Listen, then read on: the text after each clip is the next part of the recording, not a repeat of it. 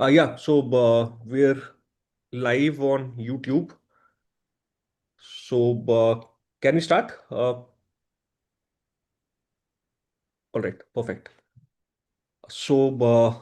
Apologies for the delay, everybody, and welcome to the second policy webinar that's organized by the Center for Public Policy and Governance. We're an upcoming center dedicated to research, teaching, and dialogue on contemporary policy challenges. Our center works towards bringing together scholars, practitioners, professionals, and other stakeholders to engage in pressing questions on development, equity, ecology, and democratic governance. We also serve as a platform which connects academic inquiry with real world policy practice. This is one of our initiatives towards building a community that thinks rigorously and acts responsibly in the public interest. Today we have with us Professor Janaki Srinivasan. She's an associate professor of Digital South Asian Studies at the Oxford School for Global and Area Studies and the Oxford Internet Institute since 2024. She was previously a faculty member at the International Institute of Information Technology, Bangalore, and the convener of its Center for Information Technology and Public Policy. Uh, she has a PhD in Information Management and Systems from UC Berkeley and a master's degree in Physics and in Information Technology from IIT Delhi and IIIT Bangalore.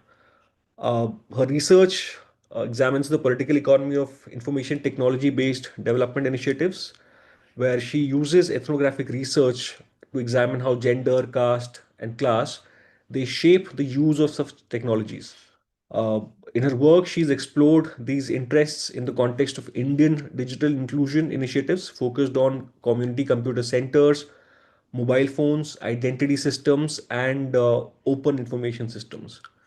Some of this work also appeared in her recent monograph, The Political Lives of Information, which is, I think, what she would be talking about today in her talk.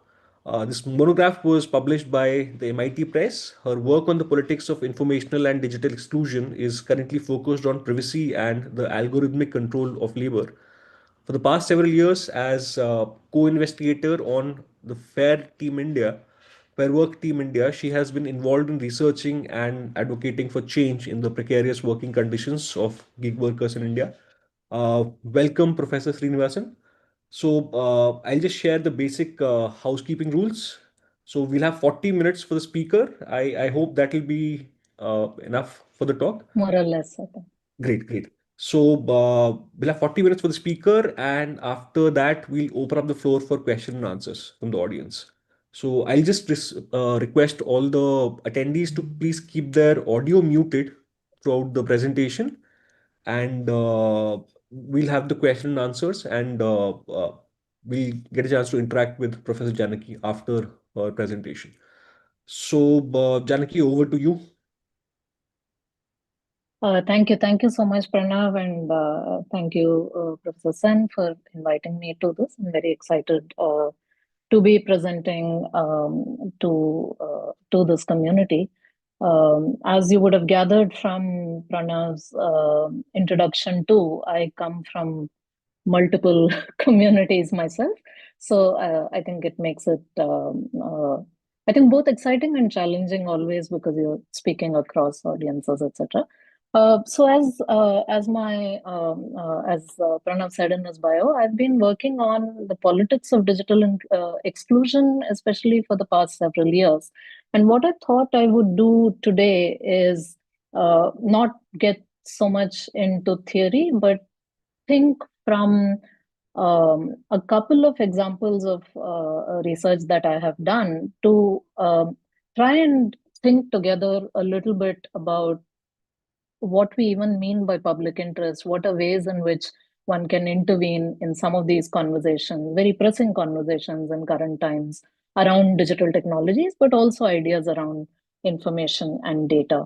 I want to apologize in advance that I do need to leave exactly at 8 p.m. But hopefully I will finish in about 40 minutes. I think I got a little ambitious possibly in what I want to cover, but let's see how it goes. Uh, uh, So I wanted to start uh, with some of the claims that we hear a lot that are associated with is it possible that I don't get the like every time someone tries to enter the room, I'm getting a message. If it is possible for IT uh, to curb that for me. I don't know if it's possible, it will be useful. Yeah, so I was saying that over the past 30 years almost, we have seen a variety of claims attributed to information, data, digital technologies. I think this will be familiar to several of you. For instance, this is a claim that's now almost 30 years old. And maybe it feels somewhat dated, but I think in a lot of ways, this is a claim that continues to be made. The idea that information empowers and that it frees people at all levels of society, right? So I want you to keep a claim like this in your mind, and also. Um, if I could request, is it Jawahar to mute, please?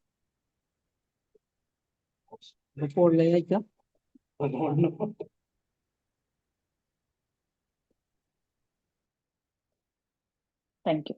Uh, then there are also claims, for instance, that data can promote social welfare and empower. So you see some of these terms that start to repeat: information, data, but also empower. And of course, we are seeing lots of conversation around how digital technologies and increasingly AI will disrupt things, right? And The Economist kindly tells us that this disruption is both from above and below.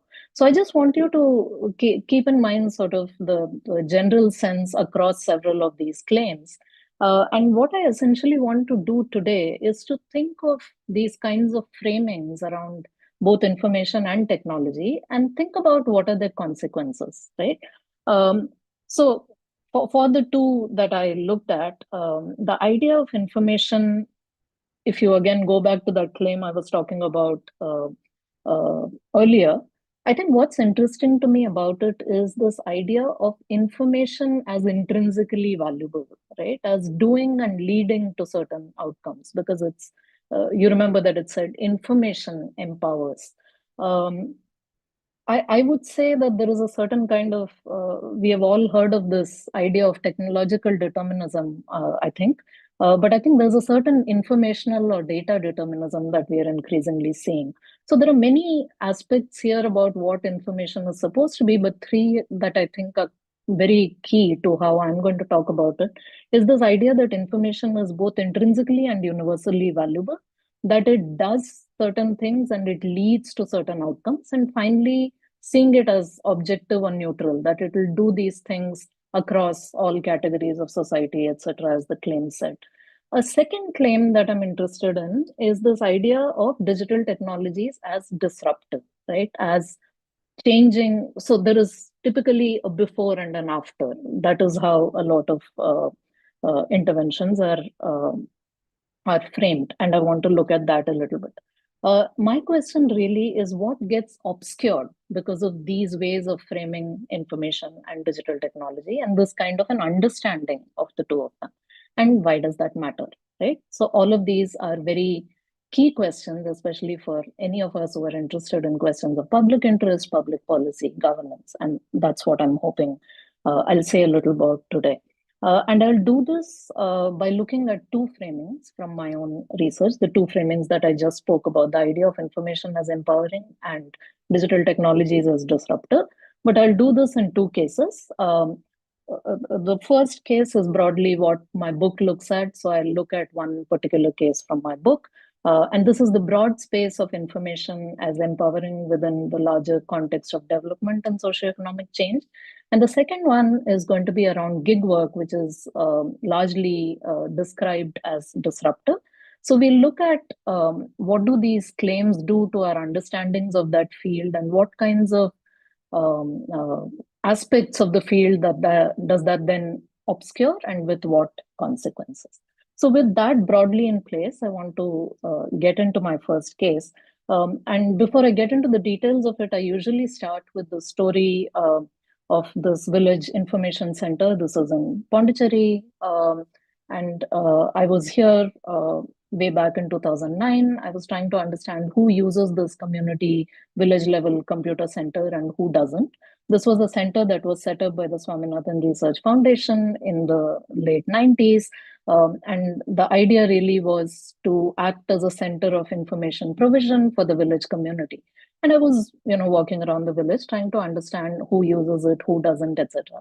And there's a phrase that someone uttered to me that really stayed with me, and I think has been at the core of what my book tries to do, which is this daily wage laborer Parni Ammal, who said to me when I was asking her, "What do you do with the information from this chaos?" And she said, "Terinja enna punyam" in Tamil, which basically means of what use is my knowing, right? Which is a very different way of thinking about information or its use in life than the earlier quote that I showed you. And that really gets at what my book tries to do, which I won't really get into details of the whole book, but I just want to say this for anyone who's sort of interested in delving further into this. What my book essentially tries to do is think about how has this idea of information been conceptualized and in a sense reified in this development context, how it actually circulates in practice, and what are the consequences of seeing information as this particular thing that moves from person to person with certain effects. The reason for this book was partly that in this world, in this very, very polarized world, information felt like something that everyone from the left to the right embraced, but they had very different conceptions of what information was. So, what I ended up doing in my research was a relational comparison of three cases. The first of which is what I'm going to talk to you about today. So, this is a very market based understanding of information.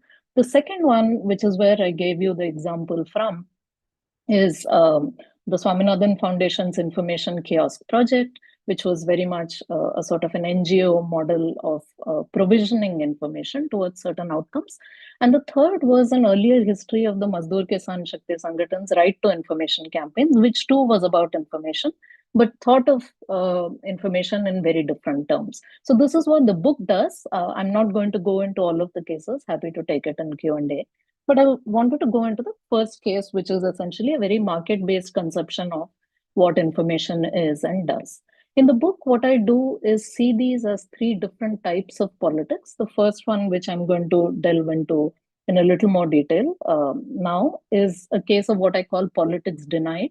The Swaminathan Foundation's case is a slightly nuanced one where it's not so much that the role of politics and how information gets conceptualized and used, it's not really denied, but it's bracketed. It's seen as something that can be set aside while the foundation focuses on information provision. And finally, the MKS's case is one of politics made explicit. Unfortunately, I think I won't have the time to go into each of these, but like I said, happy to take more in Q&A. All right. So, in the first case, where we started, this was research that I did with Jenna Burrell at UC Berkeley at that time and Richa Kumar at IIT Delhi. And really, what we were responding to was this really influential article that many of you might also know, published in the very reputed Quarterly Journal of Economics by the economist Robert Jensen, who talks about the idea of the digital divide, obviously a play on words because the conversation is mostly about the digital divide, isn't it? So what Jensen does in this paper is, and I'm really, really simplifying the paper here, it's a very simplistic sort of way of looking at it, is that there's this sort of natural experiment that he tracks, which is the rolling out of telecom services in Kerala. So he does a sort of a before after analysis spread across multiple markets in the three northern districts of Kerala in the late between 97 and 2002, I think, where he basically tracks fishermen and surveys them about price information weekly. The broad argument that the paper is making is that once mobile phones were introduced in these markets, the sellers of fish or the fishermen and the consumers of it were able to connect and this allowed the market to reach a certain demand supply equilibrium, because of which both the seller and the buyer profited. This was not the case earlier because buyers and sellers could not really get in touch with each other without the mobile phone. And this is what he argues in his paper. Again, happy to go into more detail. But the reason we wanted to really get at understanding this paper more was because all three of us had done work in different kinds of agricultural markets. And the thing that kind of surprised us was that despite the fact that we had asked questions around information from farmers and fishers, nobody came to us and said that information was crucial in their decision making, or that they did not have access to it, right? Especially price information. And we were really curious, what is it about Kerala that made this possible? That was part of why we wanted to revisit this case. The other part was that Jensen's paper was enormously influential, including outside academia. And we thought we really should try and understand this better, right? So, for instance, various publications like The Economist picked up on this article. And at the time we were doing this research back in 2012, there were, even at that time, more than 200 price information platforms, which all drew on this idea one way or the other that farmers are in need of price information, and if we provide it to them, it will lead to certain kinds of outcomes. Our goal wasn't really to dispute the findings per se. What we wanted to try and understand is the processes through which this outcome came about, and what was it about Kerala that made these kinds of outcomes possible, right? And how did they work in different parts even within Kerala? So basically, we did a revisit of the study by spending time in North Kerala as well as in South Kerala. Of course, this case is in the book, but also in the paper that I have cited here. So what I found on the ground, unlike the simple map that I had given you, was of course a much more complicated reality. Essentially, some of the things I found were that the fisher or the seller is not one single category. This was different across the north and the south, but even within a site in north or south Kerala, I found that there were you can see some of it like visually in these pictures, but basically who went out fishing differed uh, by the kind of equipment that they use. So you see a catamaran here, which just goes out to sea with 3, 4 people in it. You also see what is called a ring seine boat. So their equipment was different. This in turn meant that the investment going into it was different. And most importantly, there were cultures of auctioning in the two places that were different because of the geographical terrain of North and South Kerala. So, and I'll get to this a little bit more. But my point here is that there was no one category called producer or seller. Instead, there was a differentiated. This was a differentiated category with both small and larger scale sellers. Likewise, there was no one category of consumer or buyer. And I think some of these are details I'll go into more in Q&A if required. What was also interesting was that there was a fairly different category than the ones that came up in that earlier mapping, which was an investor auctioneer. And I think this is where the history of political struggles of fishers in Kerala becomes really important, because what the state had was a public auctioning system, which basically meant that when fishermen brought in fish onto land, it was actually auctioned by an auctioneer who either came from a fisher co-op or increasingly was also a private individual. But what is crucial here is that this auctioneer was a person who has invested in that boat, right? In the north, where there were much larger boats because of the terrain of the place and also the nature of the monsoons there, the number of markets there, etc. Fishermen would often have multiple investors because it was a much larger amount that they were trying to raise. Whereas in the South, they would typically have just one investor. And basically, if you have one investor, that means one person auctions your fish. If you have multiple, it means you have multiple markets that you have access to.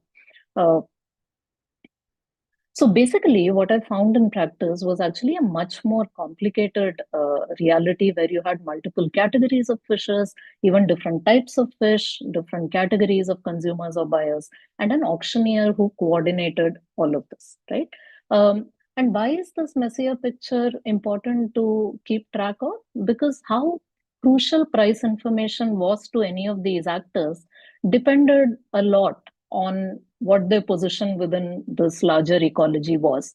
The smaller you were, the less per unit difference in price mattered to you, the more vulnerable and more dependent you were on your trading relations. So that basically meant that your only criterion or even your chief criterion wasn't necessarily price.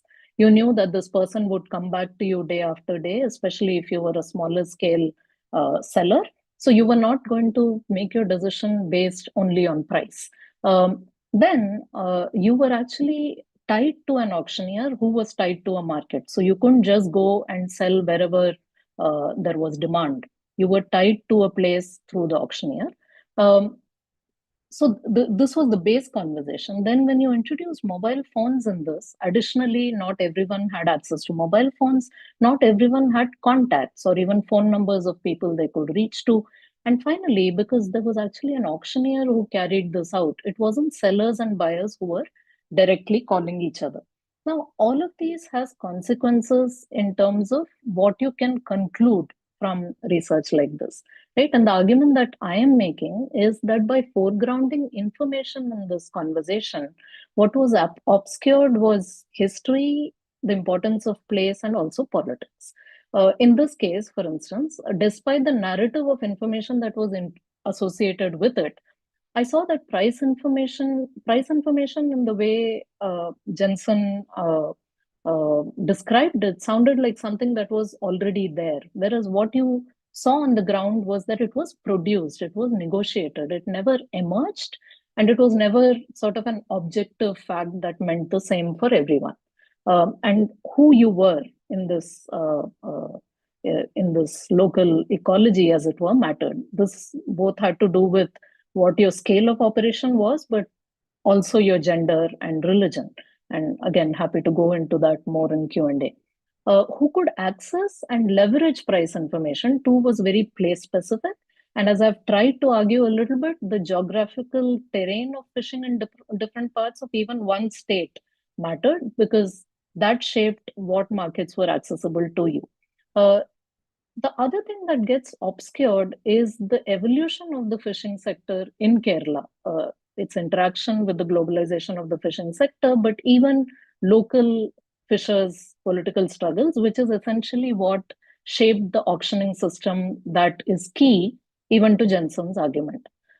Finally, the access to capital and the need to maintain trading relations and people's role in the domestic division of labor all contributed to where and when people were able to use the mobile phone or price information for that matter. So rather than information being this thing that empowered, how it was embedded in all of these social relations really shaped who was able to access it and who was able to leverage it after that. What I do in the larger book is that I read these three narratives of information together to show how these particular framings of information as political, apolitical, or politics can be bracketed. All of these really um, uh, shaped how people were able to leverage it. Very far from the idea that information empowers universally. All right. I wanted to go on quickly to my second case, which is this framing of platform-based gig work as disruptive. Just give me 1 second. Yeah. Um, Again, this must be claims that all of us are now familiar with, that the online gig economy is rapidly growing in developing nations. India had the Niti Aayog report come out a few years ago, which basically gave us estimates anywhere between, I think, about 7 million to 15 million in terms of how many gig workers India had. not a number that's very clearly laid out anywhere, but we have to make do with what we have. Uh, and one term that often gets associated with the gig economy is this idea of disruption. Of course, this is not only about the gig economy, it's been equally true of technologically led conversations in various other sectors and spheres as well. But I'm taking gig economy as one that I have done some work in. Now, uh, of course, what we thought of as the gig economy or the benefits that it was bringing to the economy and society at large has sort of shifted over time globally, including in India. I think all of you must have seen the kind of collective action that gig workers are undertaking. I think last year, maybe even this year, there was a Black Diwali. This is only a couple of unions that have been putting out these demands and sort of visibilizing the precarious working conditions that they experience day to day. But the reason I am bringing this up is because when the gig economy is framed as disruption, there are certain things again that get obscured. And I'm saying that there are at least two kinds of things that were obscured. One is, of course, the ways in which precarious work even before shared characteristics with this. But I also think because we see it as something totally new, we also are not able to leverage political opportunities and lessons from earlier. So that's what I'll try to show a little bit. Again, I'm not arguing that nothing is different with gig work, but my point is more that by emphasizing continuities, we can learn from what we already know about work conditions and ways to improve that.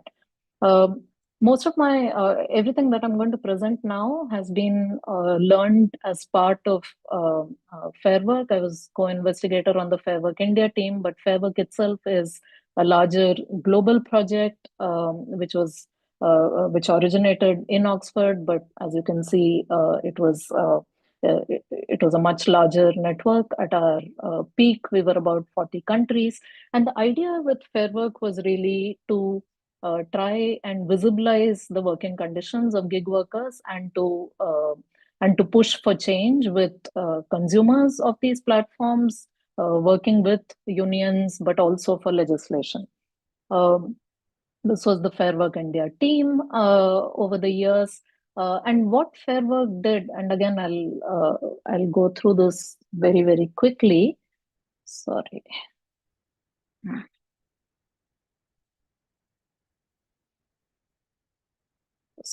Some reason. Yeah. So the way Fair Work operationalizes some of these intentions is through the Fair Work principles, which were developed in consultation with workers and at the ILO. So there are basically five principles: fair pay, fair conditions, fair contracts, fair management, and fair representation. And what we do is to score platforms along all of these for a first point and a more advanced second point. A lot of these details are available on the fair.work website. And what we do in terms of the research is we do desk research. We also interview gig workers, and we get data from platforms where platforms are willing to share this with us. Um, so what we have been finding, this was the latest, which came out last year, was that things are not looking that great, right? And these rankings already show one aspect of the continuities that I'm talking about. Like legions of other precarious workers in India's economy, these workers too face a range of challenges on pay, conditions, unfair and asymmetric contracts, in their ability to approach and make their case to the management in case they are penalized or blacklisted, and in their ability to undertake collective action. We have seen some movement on some of this, both from platforms, definitely by unions. In terms of legislation, I'll say a little bit more about that. But many of these continue to not be the best conditions to work under. And one thing I particularly wanted to emphasize, given that the gig economy is always described in terms of the amount of data that it gathers, is that despite all that data, we do need to ask the question of who is that data available to. right? And I think data opacity is something that we were especially concerned with. And as this report from 2021 talks about, there are at least three different kinds of ways in which data is gathered from gig workers. There is the direct data that they themselves input for registering. There is the observed data, which is basically based on where they travel through the course of their work and the orders they deliver, etc. And then there's the inferred data, which gets really complicated because nobody knows how that inferring is happening outside of the company. And I think, as our one of our interviews put it beautifully, he basically said the platforms know everything about us. They have our Jataka itself, but we know nothing about them or what they are doing with all this. Right. So that asymmetry, I think, is very crucial to keep in mind. And I think, despite all the talk of disruption, and of course, there are novelties to this, but fundamentally, there are ways in which this precarity has continuity with how informal workers in the past have faced precarity as well. So, in terms of data opacity, and I'm only dwelling on this because this is supposed to be a data economy, we're talking about a world awash in data, yet what the workers see of it is largely opacity. And there are multiple ways in which the data is opaque. So, for instance, workers don't know who the platform shares their data with. They also don't know how long platforms keep their documents or data, nor are they ever sure how to access them when required. And finally, when the data is used, they don't know how it's being used, for instance, and how they're allocated work. When they're blacklisted, they're not always sure why they're being blacklisted. So those are not aspects that are transparent to them, despite the fact that data exists at very granular levels for each of these activities, right? Um, I wanted to quickly go on to this idea of continuities as opportunity. Many of you might have been reading in the newspapers that collective action among gig workers has become more and more visible. When Fair Work was started in 2018, I should have said this earlier, a couple of reasons why it started in that political moment was the working conditions of gig workers were not being talked about as much at that time, and there was a near complete regulatory vacuum, right? So there were no legislative ways in which this seemed to be moving forward, which was the reason we had something like these rankings as a way to visualize these conditions, right? Things have obviously really changed since that time in some ways. One of them is collective action by workers. For those of you who were keeping an eye last year, uh, Rahul Gandhi and the Congress put gig worker welfare in their manifestos in the national elections.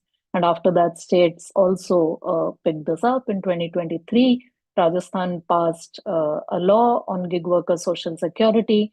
And since then, Karnataka has also approved a bill.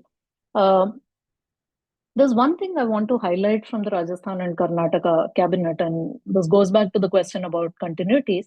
I think a lot of what legislators were struggling with was this idea that this is such a disruptive form of work. And of course, this was something that platforms were telling them was very different than every form of work that came before. How does one regulate, right? And one of the things that came up again and again was the fact that workers multi app.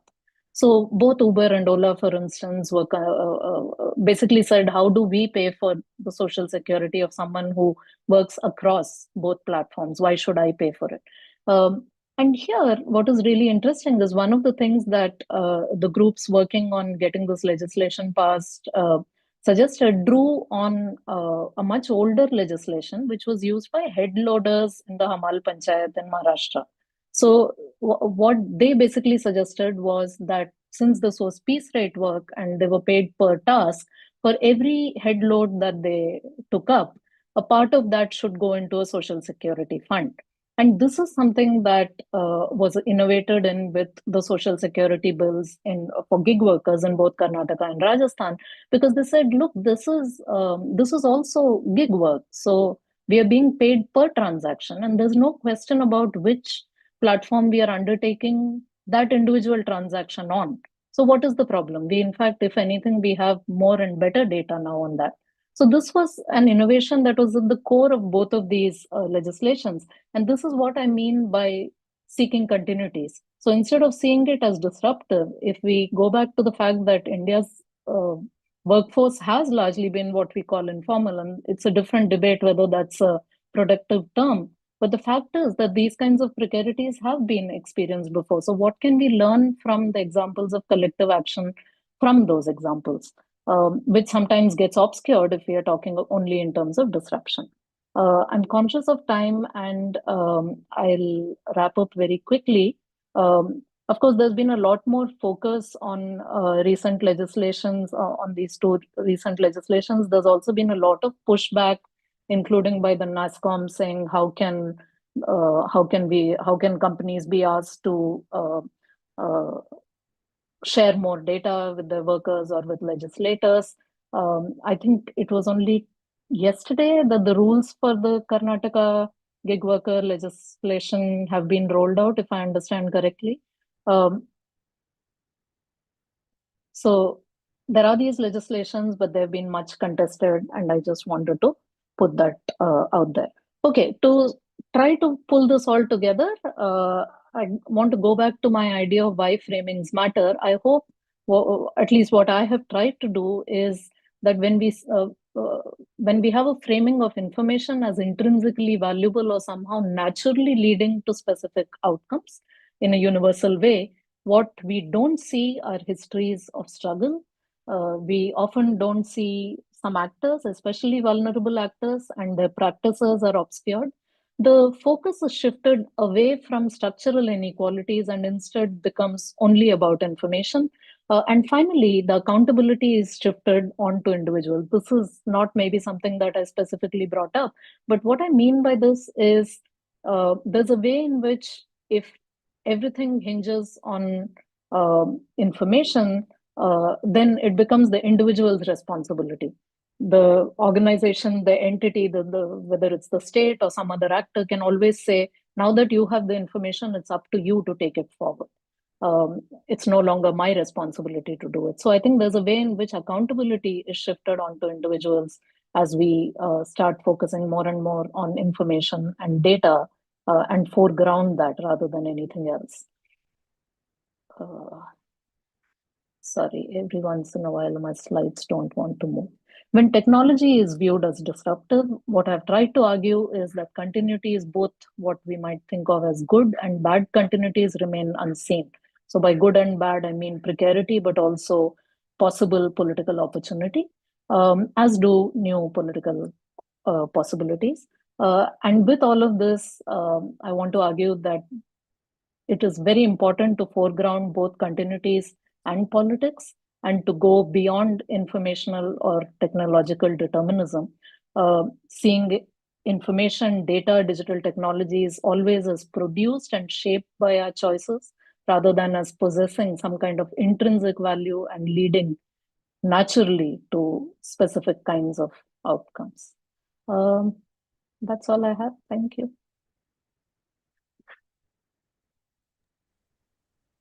Great. Thank you so much, Janki, and you are well within the time limit. Uh, Almost. Yeah. All right. So the floor is open for the audience. If anybody has questions, please feel free to put a message in the chat box, and then I can invite you to unmute and ask your question to Professor Janaki. Should I stop sharing? It will help me see the Uh, chat as all well. right, sure. Yeah.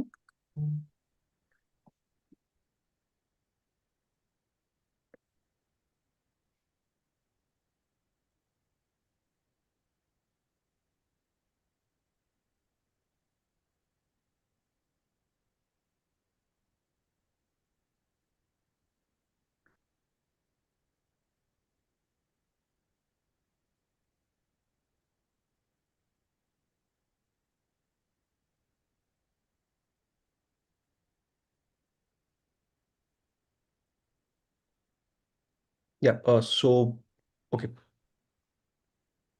the people who've put their questions in the chat box. Uh, should I read them out for you? No, I can see them. So Harsha asks, how similar are the platform-based gig economy to the private sector workers being hired on contract basis, and sometimes even government teachers in Karnataka? That's a great point, Harsha. So I'm definitely not saying that gig work is platform-based gig work is the only kind of gig work. Of course, contractization, and that's what I meant by precaritization is definitely ongoing across several sectors. I think it's important to think again both of what is similar and what is different. I think one thing, and of course, I know gig work better than the examples that you give me, but one thing that really stands out in gig work is how granularly monitored the workers are, and how opaque some of the decision making processes are. Now, again, I'm not saying that decision making in these other sectors is necessarily crystal clear, but I think what is really puzzling, and I think perhaps we have all sort of seen this in our own lives, is if you go to someone and say, "But why have I been blacklisted?" and they basically say, "Well, that's what the app says," right? Um now, behind that app, obviously, are many inputs that go into making that decision, but it's much harder to press for those reasons if this excuse is available, right? And sometimes it's not an excuse in that the lowest level manager that you go to might actually not know what the reasoning is, right? So it's a sort of layered black box almost. So I would say that is one difference, but you're absolutely right that in terms of the terms of the contract, for instance, it really looks very similar to many of these other examples. Does that get it, what you were asking? All right. And Surajit asks, is data viewed as a commodity or as a legally meaningful item like a will? Very interesting question. I think it depends a lot on who's doing the viewing, right? And I think on contracts, for example, gig workers' contracts with their platforms. Of course, it's a legally meaningful term to the extent, and now, of course, with the Data Protection Act and its rules getting notified in India, it'll be even more so. But they do, for instance, they will specify who they will share the data with. And increasingly, there's also something about what of their data can be considered sensitive, etc. So it's definitely increasingly more legalized. Whether or not that is followed in spirit is a slightly different matter, I think.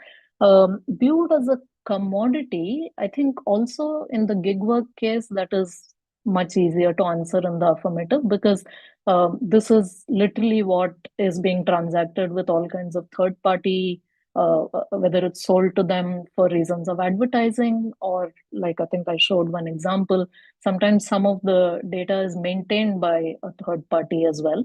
So I think it is also commoditized for sure.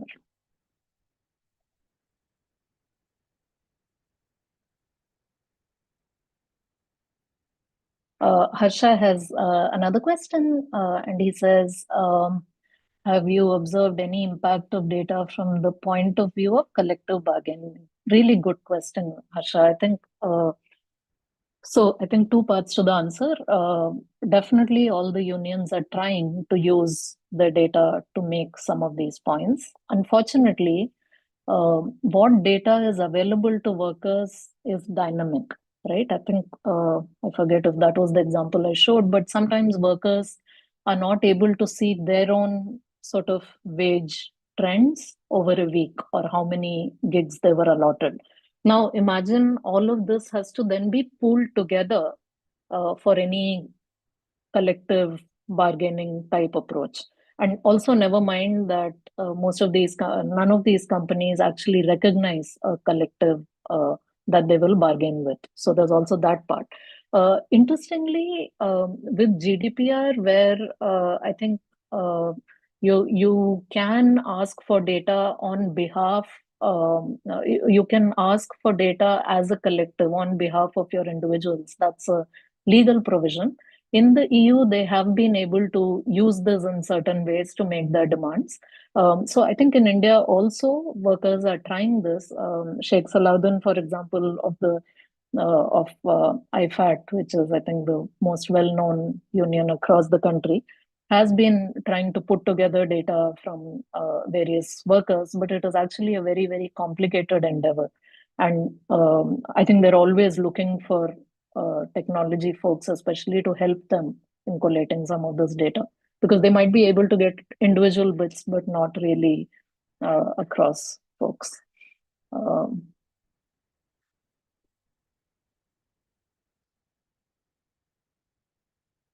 um, Harsha has one more question. Any chance for something like a pay slip to construct data? Uh, Yeah, so somewhat complicated. They have something like a payslip, but imagine the labor that would go into like individual payslips, right? And this is different across different platforms. So some might be weekly. I think most platforms pay either once a week or twice a week. So the format and sort of the granularity of the data might be different. What the payslip consists of is different. So one of the slippery things with gig work is that what you're paid is not all money that you're making, right? Because your costs also come out of that. So Uber might pay you a certain amount after deducting its commission, but how much of that actually goes into your pocket and how much goes towards costs might vary city to city. It might also vary based on what vehicle you have. So all of these are slightly complicated data to aggregate if and this is when workers have access to their payslip. Sometimes that is also complicated on certain platforms.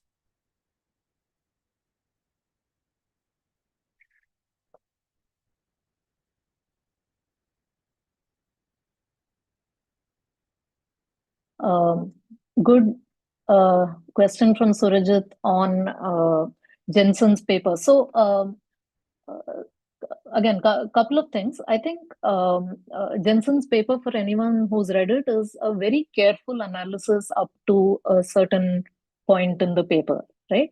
And I think this is a larger academic question we have to ask ourselves, assuming many of the people in this audience are academics. Um the desire to generalize, right? I understand where that comes from, but at the same time, it can be deeply problematic because I think what happens in Jensen's paper is he takes these very situated findings about how price information and price dispersion changed in one state, which is by many accounts a very unique state in the Indian case, and uses it to make the point that markets, in this case telecom markets, and the private provision of the entry of private players in telecom solved this problem, right? I think that is one kind of leap that is problematic. The other, of course, is going beyond agriculture to basically conclude that markets therefore will solve this problem. What I hope I was able to show is that markets are constructed and there is a particular history to why they operate the way they do in a particular location, right? And that is just not part of the conversation. And I think that has problematic implications for sure. I think some of it, I think we will all sympathize with the fact that once you put your work out there, it takes on a life of its own. So this is not so much to blame someone for how large the findings became, but I'm just trying to point out what kinds of consequences it can have. Does that answer your question, Surajit?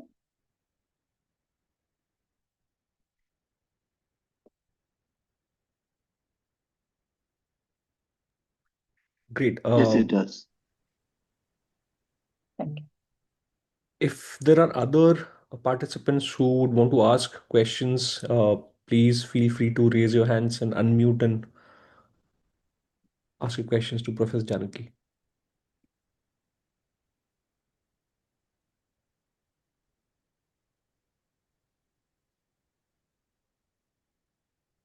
Professor It's Sen, also you're pretty late for muted. everyone, Yeah, I'm isn't it? saying that there is no hand thing for putting a hand up in the thing. Anyway, it doesn't matter. I had a minor question, Yeah. and that is actually two. One is that you give an exclusively Indian story, and your story is so grounded in the actual realities of India that one naturally asks whether, if you were to compare this experience with other countries, whether there is a great deal of difference, and if so, where does it come from? That's basically one question, because the entire story was very grounded in the Indian reality. The second issue that was in my mind from a development perspective, there's a general feeling that the big contribution of information technology in getting gig work, is a vast expansion of the market.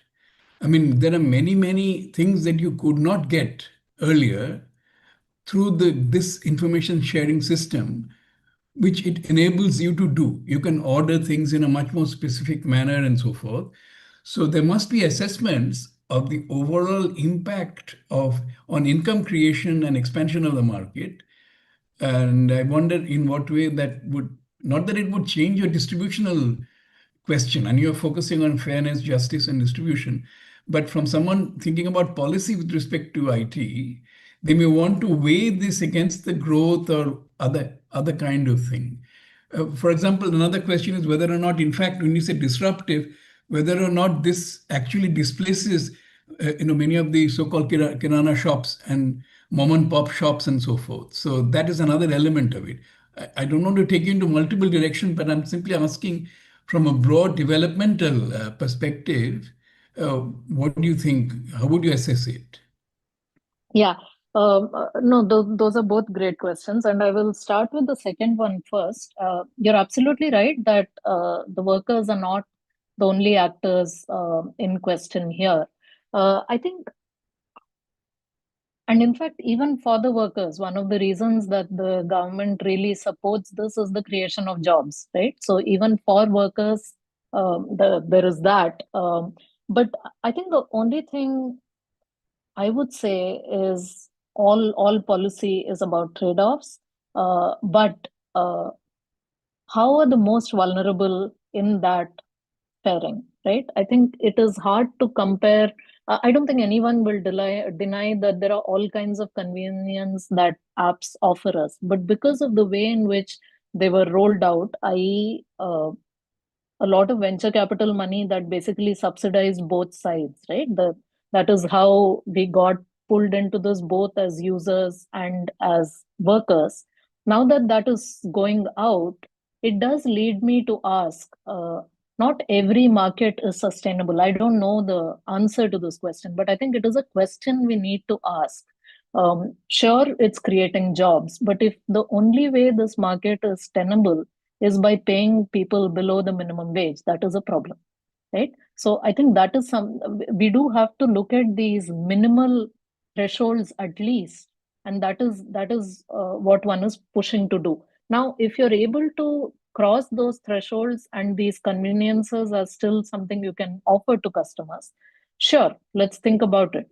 And we have to think about how do we make this a sustainable market. I mean, growing the market is fine, but why should I not have to pay when I'm getting a service as crazy as getting groceries in 10 minutes? And a completely different question is why do you need something in 10 minutes, right? Which is a market which has been expanded. So every market that has been created is not necessarily a market that needs to be there. And if it puts workers' lives at risk, really, it absolutely, the 10-minute market, I absolutely see no rationale for it, right? Of course, even for the workers, I should have said this before, I'm not saying everyone is making below minimum wage, right? But given that the minimum wage is already such a measly figure, it is shocking that anyone should be making below it, and that's not taken as illegal, right? So those are minimum thresholds that we need to that we need to establish. Now we talk so much about innovation.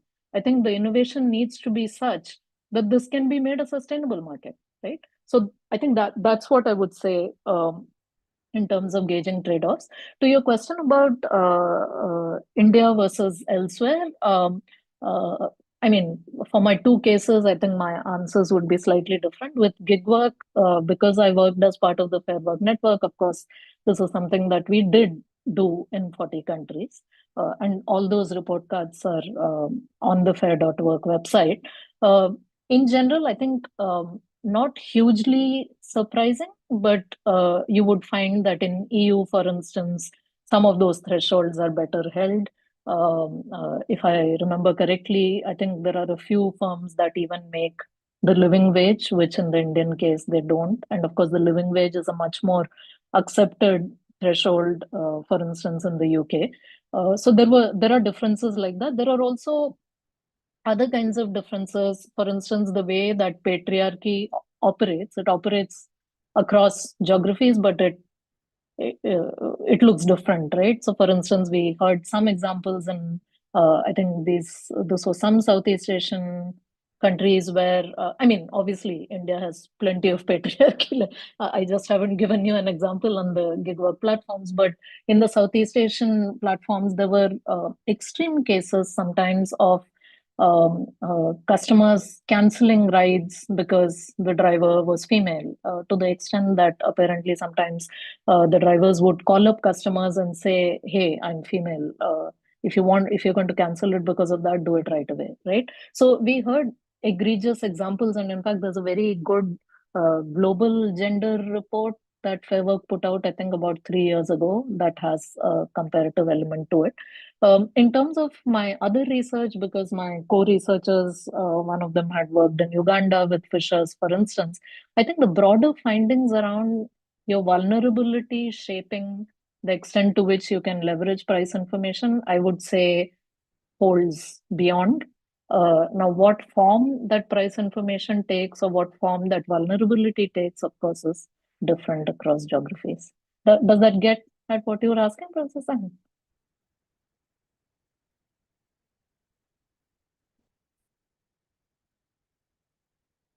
Hello? Can I Can't ask hear another you. question, Pranav? Yes, Can you sure, hear sure, me? sure. Go ahead. Yeah, yeah. No, see, one question that struck me was that, and you didn't touch upon it, is that this Hmm. gig work by definition is one of those things that doesn't have a future. I mean, for example, the gig work, the delivery kids. Now, what can we learn about the global experience of trying to give these people a future rather than an immediate settlement of their, injustice of treatment? If you take thinking about policy formulation for the gig, assume that gig work is here to stay.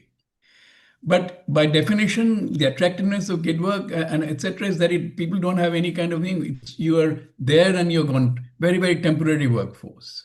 Now, if you think about these young kids who are going and doing this gig work, they can't do it very long, right? It requires physically demanding and etc. etc. So, is there any future in this? Do you see any way in which a future can be created through policy somehow? Like you give the head load worker, you gave an example, no? That every time they do something, something goes into a fund. Similarly, is there any other kind of capacity building or some other thing that one can think of in terms of the policy towards them?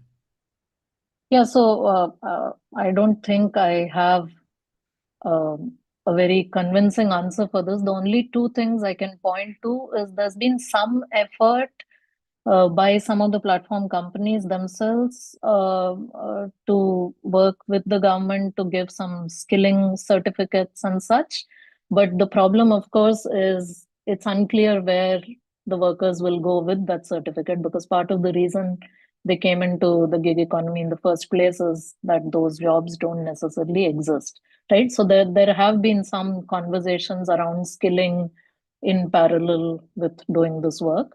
In terms of social security, I think what the Karnataka bill tries to do, which I think is a good step, though obviously not by itself, there's only so much it can do, is they're trying to build up a similar social security fund. And the idea is that that fund will one of the things it might contribute to is also more skilling or education if the worker were to elect to spend it on that, right?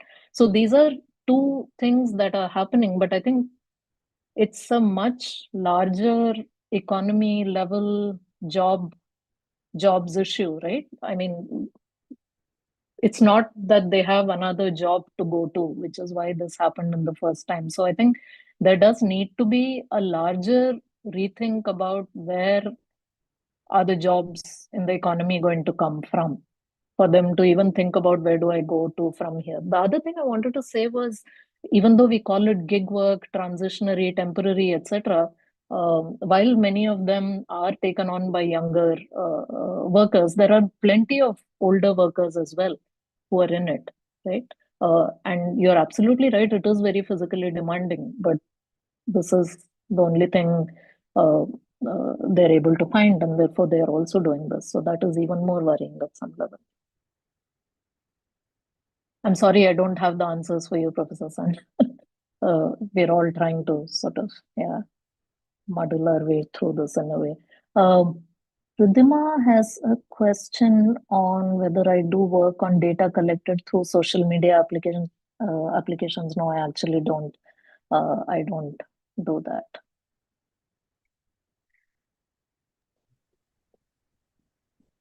All right.